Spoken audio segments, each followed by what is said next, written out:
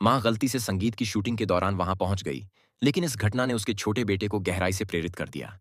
जब वह अपने कमरे में लौटा तो उसने उस फिल्म को देखा जिसकी शूटिंग वह उसी दिन पूरी कर चुका था, और फिल्म स्ट्रिप में ठीक उसी तरह छेद करने के लिए एक औजार का इस्तेमाल किया, जैसे बंदूक की गोली से मजल फ्लैश का इफेक्ट बनाया जाता है।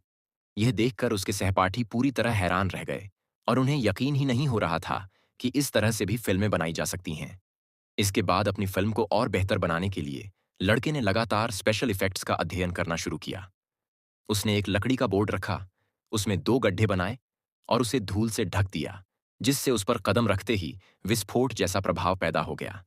फिर उसने मिट्टी में एक पटाखा दबाया ताकि गोली चलने की आवाज की नकल की जा सके और दृश्य को और ज्यादा वास्तविक बनाया जा सके।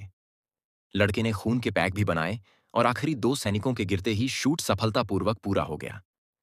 फिर भी वह संतुष्ट नहीं था। उसे लगा कि कुछ कमी रह गई है।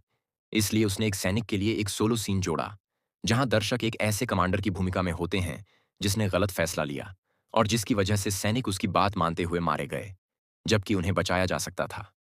जैसे जैसे लड़का कहानी समझाता गया, सैनिक पूरी तरह अपनी भूमिका में डूब गया।